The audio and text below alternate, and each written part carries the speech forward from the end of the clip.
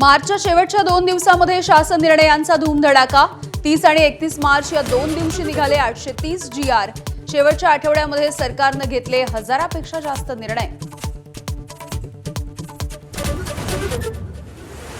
युद्धामुळे हवाई इंधनाचा भडका। महिनाभरामध्ये तब्बल 115% महाग। विमान प्रवासही महागला।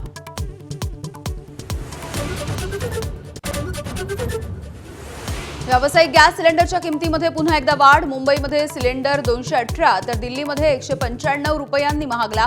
मध्यरात्रीपासून नवे दर लागले।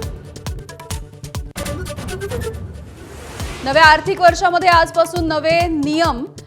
नोकरदारांसाठी आयकर कायद्यामध्ये मोठे बदल। सर्वसामान्यांची पगारासह प्रवासाचीही गणितं बदलणार।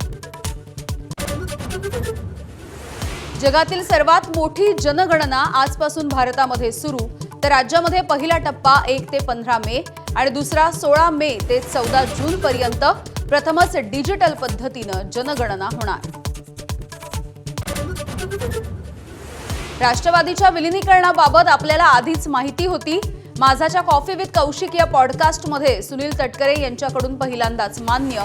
तर पक्षाच्या बदनामीसाठी पेड कॅम्पेन। रोहित पवारांवरती निशाणा।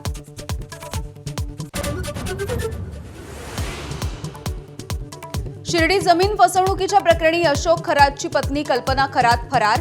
घरी पोहोचलेल्या SIT पथकानं मुलाला घेतलं ताब्यात। फरार पत्नीचा शोध सुरू। खरातची कोठडी यात संपणार।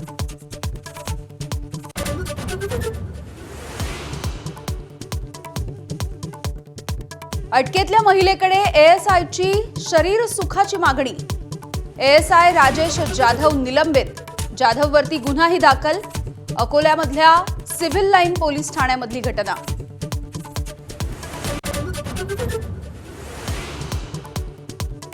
इराणमधलं अमेरिकेचं उद्दिष्ट पूर्ण झालंय। 2 ते 3 आठवड्यामध्ये इराण सोडू। युद्धादरम्यान ट्रम्प यांचं नवं वक्तव्य। इराण कधीच अण्वस्त्र बनवणार नसल्याचा ट्रम्पचा दावा। आजपासून आखातातल्या अमेरिकन कंपन्यांवरती हल्ले करू। इराणच्या रिव्होल्युशनरी गार्डचा इशारा।